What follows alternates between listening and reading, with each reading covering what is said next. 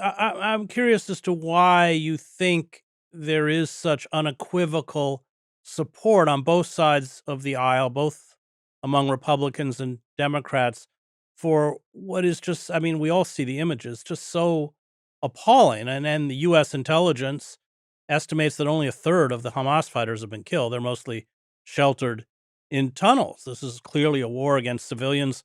Hundreds are being killed or wounded a day.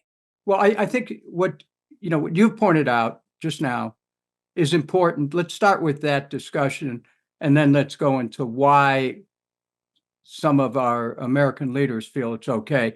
There's been over 34,000 Gazans who have been killed and 77,000 wounded. You're looking at about 72% of the Gazans who have been killed are women and children. 62% of the houses have been destroyed. You got over 1 million people are facing starvation. So the question is, why would American politicians look the other way when this is going on? And I think it starts with the pretty powerful influence which AIPAC and other groups have had on the Congress over the years. And it has caused members to set aside any kind of critical inquiry. It has it's a friendship which has nullified people's ability to be able to actually articulate what's going on. And it's worked against the interests of the American people. This is the paradox that we're faced with. The American people, are good-hearted people. They want to help anyone suffering. They're very fair in the way they look at things. But when you have a political class that is able to facilitate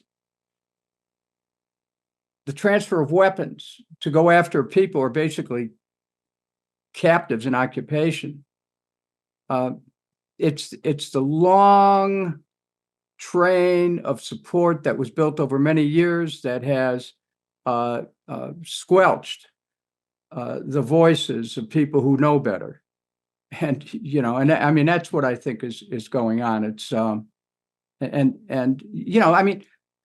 Chris, the question has to be asked: is this in our national interest? What's going on in Gaza? There's wholesale executions going. There's mass graves. You take Al Shifa Hospital and Nasser Hospital, basically destroyed.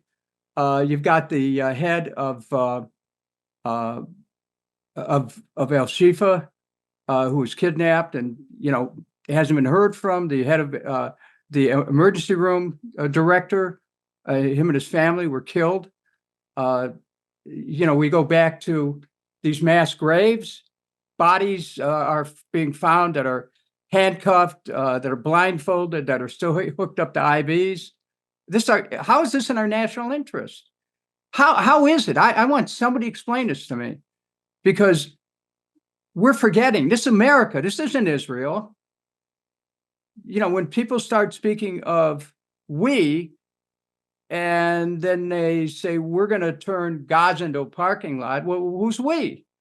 We as the United States, we can have an ally who we want to defend, but what's happening here is offense, and it is horrific, and it needs to be condemned, and it can be condemned in the same breath as we condemn Hamas's attack on October 7th. No problem with that, but it needs to be condemned, and we have to stop funding it. But we're not. So, the United States has taken a new position of complicity in a genocide. Shocking, mind-blowing, frankly.